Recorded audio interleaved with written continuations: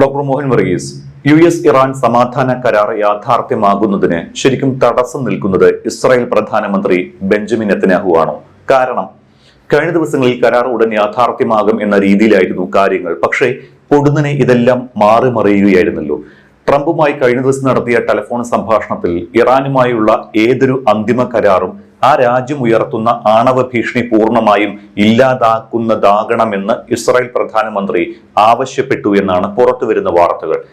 ഇറാന്റെ യുറേനിയം സമ്പുഷ്ടീകരണശാലകൾ പൂർണ്ണമായും പൊളിച്ചു നീക്കണമെന്നും സമ്പുഷ്ടീകരിച്ച ആണവ വസ്തുക്കൾ ഇറാനിൽ നിന്ന് മാറ്റണം എന്നുമാണ് ഇസ്രായേലിന്റെ ആവശ്യം. ഇതിനോട് ട്രംപ് അനുകൂലമായിട്ടാണ് പ്രതികരിച്ചത് എന്നും വാർത്തകളുണ്ട്. അപ്പോൾ ഇസ്രായേൽ ഇങ്ങനെ ഉടക്കി നിന്നാൽ അടുത്ത കാലത്തൊന്നും കരാർ യാഥാർത്ഥ്യമാകില്ലേ?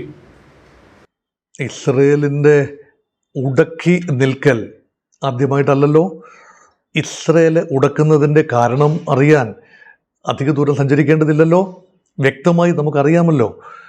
അത് ഇസ്രയേലിൻ്റെ മുൻ പ്രധാനമന്ത്രി മെനച്ചം ബെഗിൻ ഡോക്ട്രിൻ എന്ന് പറയുന്നൊരു ഡോക്ട്രിൻ ഉണ്ട്. അത് വ്യാപകമായി അംഗീകരിക്കപ്പെട്ട ഇസ്രയേലിൻ്റെ ഒരു രീതിശാസ്ത്രമാണ്. ഏതെങ്കിലും ഒരു രാജ്യം, ഇസ്രയേലിന് ചുറ്റുപാടുമുള്ള ഏതെങ്കിലും ഒരു പുതിയ രാജ്യം, നിലവിലുള്ള ആണവശക്തികളല്ല, ഒരു പുതിയ രാജ്യം ആണവ സാങ്കേതിക വിദ്യ വെപ്പണൈസ് ചെയ്യാൻ ശ്രമിക്കുന്നുണ്ട് എങ്കിൽ അത് മുൻകൂട്ടി കണ്ടെത്തി ആയുധമാക്കി മാറ്റുന്നതിന് മുൻപ്, പോർമുനകളാക്കി മിസൈലിൻ്റെ അറ്റത്ത് ഘടിപ്പിക്കുന്നതിന് മുൻപ് തന്നെ ആക്രമണം നടത്തി ഈ ആണവ സാങ്കേതിക വിദ്യയും ആണവ നിലയങ്ങളെയും ആണവ കേപ്പബിലിറ്റിയെയും മുച്ചൂട് മുടിക്കുക എന്ന ഇസ്രയേലിൻ്റെ പദ്ധതി അത് 1981 പ്രാവർത്തികമാക്കി. ഇറാഖിൻ്റെ നഗരമായ ഒരു നഗരത്തിൽ അത് പ്രാവർത്തികമാക്കി. അപ്പോൾ Osiris plant in Iraq came under heavy Israeli bombardment. അപ്പോൾ സമാനമായ രീതിയിൽ ഇപ്പോൾ ഇറാഖല്ല, ഇറാനാണ് ആണവ നിലയങ്ങൾ സമ്പുഷ്ടീകരിച്ച യുറേനിയം ഒക്കെ റെഡിയാക്കി വെച്ചിരിക്കുന്നത് ഇറാനാണ്. അപ്പോൾ ഇത് ഒരു രീതിയിലും ഇസ്രയേൽ അംഗീകരിക്കില്ല. ഇസ്രയേൽ പറയുന്നത് തങ്ങളുടെ നിലനിൽപ്പിന് ഭീഷണിയാകുന്ന എന്തിനേയും തങ്ങൾ പ്രീ എംപ്റ്റീവ് സ്ട്രൈക്കിലൂടെ അവർ തങ്ങളെ ആക്രമിക്കുന്നതിന് മുൻപ് തന്നെ തങ്ങൾ അവരെ ആക്രമിച്ച് ആ സാധ്യത ഒഴിവാക്കും. അതുകൊണ്ട് ആണവ വിഷയത്തിൽ ഇസ്രയേലിന് വിട്ടുവീഴ്ചയില്ലാത്ത നിലപാടാണ്. അത് അവരുടെ കണക്കിൽ നോക്കുമ്പോൾ നമ്മൾ ഇതൊന്നും, ഞാൻ എൻ്റെ പ്രിയപ്പെട്ട പ്രേക്ഷകരോട് പറയുന്നത് ഒന്നും തന്നെ ഏതെങ്കിലും രാജ്യത്തെ ന്യായീകരിക്കാനോ ഏതെങ്കിലും രാജ്യത്തെ പൊക്കി പറയാനോ ഏതെങ്കിലും രാജ്യം മോശമാണെന്ന് സ്ഥാപിക്കാനോ എന്തെങ്കിലും ഒരു പ്രത്യേക തീരുമാനം തെറ്റെന്നോ ശരിയെന്നോ പറയാനുമല്ല. കാര്യങ്ങൾ വിശദീകരിക്കുകയും അതിനുള്ളിൽ നിന്നുകൊണ്ട് ധാർമ്മികമായ നിലപാടുകൾ എടുക്കേണ്ടി വരുമ്പോൾ അത് ചെയ്യുക എന്നതാണ് അതിൻ്റെ നിഷ്പക്ഷത. അല്ല എങ്കിൽ അത് ഏതെങ്കിലും ഒരു ഭാഗം പിടിച്ചുകൊണ്ട്, പക്ഷം പിടിച്ചുകൊണ്ട് സംസാരിച്ചാൽ മനസ്സിലാവില്ല. നമുക്ക് കാര്യങ്ങൾ മനസ്സിലാകാനാണ് എങ്കിൽ അതിന് കുറച്ചുകൂടി സുതാര്യമായ ഒരു നിലപാട് വേണം എന്ന് ഞാൻ സൂചിപ്പിച്ചു എന്നേ ഉള്ളൂ. അതുകൊണ്ട് ഇസ്രയേലിൻ്റെതായ ന്യായീകരണങ്ങൾ ഉണ്ട്.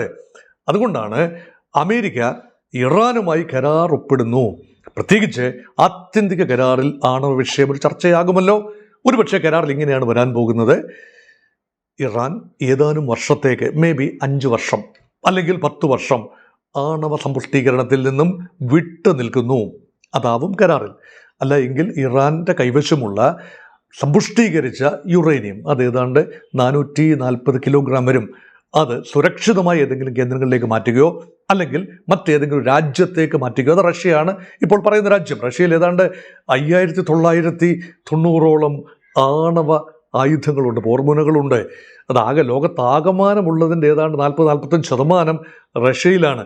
ബാക്കി ഒരു 45% അമേരിക്കയിലാണ്. അമേരിക്കയും റഷ്യയും കൂടെ ചേർന്ന് 90% ആണവായുധങ്ങളും ഉണ്ട്.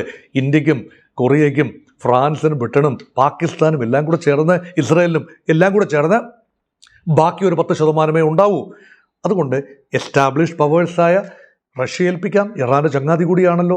അവരുടെ കൈവശം ആണവായുധങ്ങൾ അല്ലെങ്കിൽ ഭാഗികമായി സമ്പുഷ്ടീകരിച്ച യുറേനിയം ഇരുന്നാൽ അത് സേഫ് ആയിരിക്കുമല്ലോ. അവർക്ക് അതിനേക്കാൾ ഇട്ടുമൂടാനുള്ള ആണവായുധങ്ങൾ റഷ്യയുടെ കൈവശം ഉള്ളതുകൊണ്ട് അത് പുതിയ കളിപ്പാട്ടമായിട്ടൊന്നും അവർ ഉപയോഗിക്കില്ല എന്നതും ഉറപ്പാണ്. അപ്പോൾ ഇതൊക്കെയാണ് നിർദ്ദേശങ്ങളായി വരാനും അംഗീകരിക്കപ്പെടാനും സാധ്യത. ഒരിക്കൽ ആണവ വിഷയത്തിൽ സെറ്റിൽ ചെയ്തു കഴിഞ്ഞാൽ അമേരിക്കയ്ക്ക് പിന്മാറാം. ട്രംപിന് ഒരിക്കൽ കൂടി തൻ്റെ കിരീടത്തിൽ ഒരു പൊൻതൂവലും കൂടെ വെക്കാം.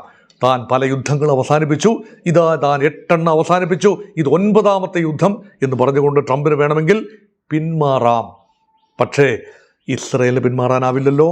ഇറാന്റെ കൈവശം ആണവ സാങ്കേതിക വിദ്യ ഉള്ളിടത്തോളം കാലം ഭാവിയിൽ ഇറാനിൽ നിന്നും പ്രശ്നമുണ്ടാകാം. അതുകൊണ്ട് സമഗ്രമായി ഇസ്രയേലിനെയും കൂടി ഉൾപ്പെടുത്തുന്ന സമഗ്രമായ ചില ധാരണകൾ, നേരത്തെ ഞാൻ അബ്രഹാമിക് കരാറുകളെ കുറിച്ച് പറഞ്ഞു, അപ്പം സമഗ്രമായ ചില ധാരണകളിൽ എത്തിച്ചേർന്നില്ല എങ്കിൽ ഇസ്രയേലിന് ഇത് സ്വീകാര്യമാവില്ല.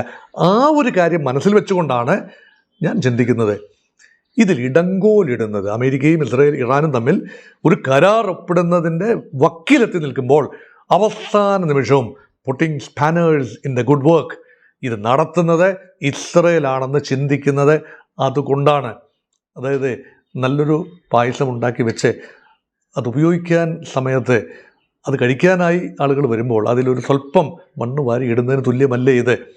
അത് പക്ഷേ ആയില്ല, ഇപ്പോൾ അത് ഭക്ഷ്യയോഗ്യമായിട്ടില്ല എന്ന നിലപാടാണ് ഇപ്പോൾ ഇസ്രയേലിനുള്ളത്. അതുകൊണ്ടാവാം പരമാവധി ഈ കരാർ വെച്ച് താമസിപ്പിക്കുകയും ഇസ്രയേലിന് ലഭിക്കേണ്ട ചില ഗ്യാരണ്ടീസ് ഇറാനെ കൊണ്ട് അമേരിക്ക അംഗീകരിപ്പിക്കുകയും ചെയ്യുക എന്നതാവാം ഒരു പക്ഷേ ഇസ്രയേലിൻ്റെ മനസ്സിലെ ചിന്ത. അതൊന്ന്. രണ്ട്, ഇസ്രയേലിന് തന്നെ ഭരണകൂടം, ബെഞ്ചമിൻ നെതന്യാഹുവിൻ്റെ ഭരണകൂടം നിലനിൽക്കണമെങ്കിൽ ഒരു പെർപ്പച്വൽ സ്റ്റേറ്റ് ഓഫ് വാർ ഉണ്ടാവണം. അപ്പോൾ അത് നിലനിൽപ്പിൻ്റെ പോരാട്ടമാണ്. ഒരു പരിധിയിൽ പറഞ്ഞാൽ അമേരിക്കയെ സംബന്ധിച്ചിടത്തോളം ട്രംപിന് നിലനിൽക്കണമെങ്കിൽ യുദ്ധം എങ്ങനെയെങ്കിലും ഒന്ന് അവസാനിപ്പിച്ച് അമേരിക്കൻ പൗരന്മാരുടെ ഗുഡ്വിൽ നേടിയെടുക്കണം. ഇസ്രയേൽ സംബന്ധിച്ചിടത്തോളം ബെഞ്ചമിൻ നെതന്യാഹു നിലനിൽക്കണമെങ്കിൽ യുദ്ധം തുടരുകയും ആ പെർപ്പച്വൽ സ്റ്റേറ്റ് ഓഫ് വാറിൽ ഇസ്രയേലിൻ്റെ മഹാഭൂരിപക്ഷം ജനങ്ങളെയും രാഷ്ട്രീയ കക്ഷികളെയും കൊണ്ടുവന്നെത്തിക്കുകയും ചെയ്താൽ തൻ്റെ സിംഹാസനത്തിൽ തനിക്ക് കുറച്ചുകൂടി അമങ്ങി ഇരിക്കാൻ സാധിക്കും. ഈ രണ്ട് ചിന്തകൾ തമ്മിലുള്ള കോൺഫ്ലിക്റ്റിൽ നിന്നുകൊണ്ടാണ് ഇപ്പോഴത്തെ ചർച്ചകളുടെ അവസാന ഘട്ടത്തിലെ മെല്ലെപ്പോക്ക്. നമ്മൾ ഇസ്രായേലിന്റെ കാര്യം പറയുമ്പോൾ തന്നെ ഈ ഇറാന്റെ സമ്പുഷ്ടീകരിച്ച യുറേനിയം മൂന്നാം രാജ്യത്തിന് കൈമാറാൻ ഇറാൻ സമ്മതിച്ചതായുള്ള റിപ്പോർട്ടുകൾ നേരത്തെ പുറത്തു വന്നതാണ്. അതായത് അമേരിക്ക ഇപ്പോൾ ആക്രമണം നടത്തുകയും ഇറാൻ തിരിച്ചടിക്കുകയും ചെയ്യുന്നതിന് മുൻപ് 60% പരിശുദ്ധിയിൽ സമ്പുഷ്ടീകരിച്ച 440.9 കിലോഗ്രാം യുറേനിയത്തിന്റെ ഒരു ഭാഗം മറ്റു രാസവസ്തുക്കൾ ചേർത്ത് നേർപ്പിക്കാനാണ് സാധ്യത. ബാക്കി ഇറാനുമായി സൗഹൃദമുള്ള റഷ്യയിലേക്കായിരിക്കും മാറ്റുക എന്നൊക്കെയാണ് വാർത്തകൾ വന്നത്. ഇറാന്റെ സമ്പുഷ്ട യുറേനിയം ഏറ്റെടുത്ത് സൂക്ഷിക്കാമെന്ന് റഷ്യൻ പ്രസിഡന്റ് വ്ളാഡിമിർ പുടിൻ നേരത്തെ തന്നെ വാഗ്ദാനം ചെയ്തതാണല്ലോ. നമ്മൾ അതേക്കുറിച്ച് ചർച്ച ചെയ്തതുമാണ്. അപ്പോൾ കരാറിനായി റഷ്യയും ഇവിടെ നിർണായക റോൾ വഹിക്കുന്നുണ്ടോ? മാലിന്യം എവിടെയാണ് തള്ളേണ്ടത് എന്ന ഒരു ചിന്ത പല കോർപ്പറേഷൻ ഭരണാധികാരികളെയും അലട്ടുന്ന വിഷയമാണ്. അപ്പോൾ ഇവിടെ കൊണ്ട് അപ്പോൾ സ്വീകരിക്കാൻ ആൾ വേണം, അത് സംസ്കരിക്കാൻ സംവിധാനം ഉണ്ടാവണം, ആർക്കും പ്രശ്നമുണ്ടാവരുത്, ഭാവിയിലൊരു തടസ്സമുണ്ടാവരുത്. ഇതൊക്കെ മാലിന്യങ്ങളുടെ കാര്യമാണ്. നമ്മുടെ കോർപ്പറേഷനിലും നഗരസഭകളിലൊക്കെയുള്ള മാലിന്യങ്ങളുടെ കാര്യമാണ് പറഞ്ഞത്. പക്ഷേ ഇത് പറയുന്നത് ആണവ മാലിന്യമാണ്. മാലിന്യമെന്ന് പറയുന്നത് ശരിയല്ല, ആയുധവൽക്കരിക്കാൻ വേണ്ടി ഉപയോഗിക്കുന്ന ഭാഗികമായി സമ്പുഷ്ടീകരിച്ച യുറേനിയമാണ്. നമ്മളിത് ഓൾറെഡി അത് ചർച്ച ചെയ്ത് കഴിഞ്ഞു. ഇറാൻ്റെ കൈവശം ഏതാണ്ട് 440 പരം കിലോഗ്രാം 60% സമ്പുഷ്ടീകരിച്ച യുറേനിയത്തിൻ്റെ സ്റ്റോക്കുണ്ട്. അത് മലനിരകളുടെ അടിയിൽ ഭദ്രമായി വെച്ചിരിക്കുന്നു. അത് തകർക്കാൻ വേണ്ടിയാവാം, ഒരുപക്ഷെ അതുമായി ബന്ധപ്പെട്ട മറ്റുപകരണങ്ങൾ തകർക്കാൻ വേണ്ടിയാവാം ഫർദോയിലും ഇസ്ഫഹാനിലും നഥാൻസിലും ഒക്കെ വലിയ തോതിൽ ആക്രമണം 2025 ജൂൺ മാസവും 2026 മാർച്ച് മാസവും അഴിച്ചുവിട്ടത്. അമേരിക്കയുടെ ഈ ഇസ്രായേലിൻ്റെ ഫൈറ്റർ പ്ലെയിൻസ് വ്യാപകമായി ഉപയോഗിച്ചു. B-2 ബോംബേഴ്സ് ഉൾപ്പെടെ ഉപയോഗിച്ച് ഇറാൻ്റെ ആണവ നിലയങ്ങൾ കംപ്ലീറ്റായി തകർത്തു എന്നാണ് അമേരിക്കയും ഇസ്രയേലും ക്ലെയിം ചെയ്തത്. അത് നമ്മുടെ എല്ലാം മനസ്സിലുണ്ടല്ലോ.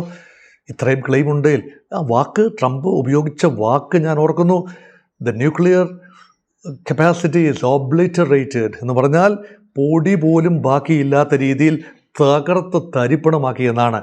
ഈ തകർത്ത് തരിപ്പണമാക്കിയ സാധനം എങ്ങനെയാണ് വീണ്ടും ഈ 400 ചില്ലുവാനും കിലോ? ഈ തകർത്തു എന്ന് പറയുന്നത് ഉപരിതലത്തിലെ ചില കാര്യങ്ങളാണ്. B-2 ബോംബേഴ്സിനെ കുറിച്ചും അത് ബങ്കർ ബസ്റ്റർ ബോംബുകളെക്കുറിച്ചും, ഒരു ബോംബിൻ്റെ മുകളിൽ മറ്റൊരു ബോംബിട്ട് അങ്ങനെ 60 മീറ്റർ 70 മീറ്റർ 100 മീറ്റർ വരെ താഴേക്ക് പോയി അടിയിൽ ചെന്ന് പൊട്ടിത്തെറിച്ച് ഇത് മുഴുവൻ ഛിന്ന ഭിന്നമാകുന്നു എന്ന രീതിയിലൊക്കെ നമ്മൾ എത്ര ഗ്രാഫിക്സ് പത്രങ്ങളിലും TV-യിലും ഒക്കെ കണ്ടതാണ്. ഇതൊക്കെ നടന്നിരുന്നുവെങ്കിൽ ഇതൊന്നും വേണ്ടിയിരുന്നില്ലല്ലോ. അതുകൊണ്ട് ഇസ്രയേലിൻ്റെയും അമേരിക്കയുടെയും ആക്രമണത്തിൽ ഇറാൻ്റെ ആണവ നിലയങ്ങൾക്ക് കേടുപാട് പറ്റി നിസ്സംശയം പറയാം. പക്ഷേ ആണവ കേപ്പബിലിറ്റി അവിടെ നിൽക്കുന്നു. ഇത് ഒരു യാഥാർത്ഥ്യമായി ഇപ്പോൾ അമേരിക്ക അംഗീകരിക്കുന്നു. അതുകൊണ്ടാണല്ലോ ഈ ഫിസൈൽ മെറ്റീരിയൽ പുറത്തേക്ക് മാറ്റണം. 2 ഓപ്ഷൻസ് ആണുള്ളത്. ഒന്ന്, ഇതിനെ ഡൈല്യൂട്ട് ചെയ്തെടുക്കുക. ഇത് പാലിൽ വെള്ളം ചേർത്തെടുക്കാവുന്ന രീതിയിൽ ലളിതമായി ചെയ്യാവുന്ന ഒരു കാര്യമൊന്നുമല്ല. അപ്പോൾ ഇതൊരു വളരെ വളരെ സങ്കീർണമായ ഒരു പ്രക്രിയയാണ് ചെയ്യേണ്ടത്. സേഫായിട്ട് ചെയ്യേണ്ട ഒരു കാര്യമാണ്. അതിന് അന്താരാഷ്ട്ര ഏജൻസികളുടെ മേൽനോട്ടം ആവശ്യമാണ്. അത് IAEA ആണ്.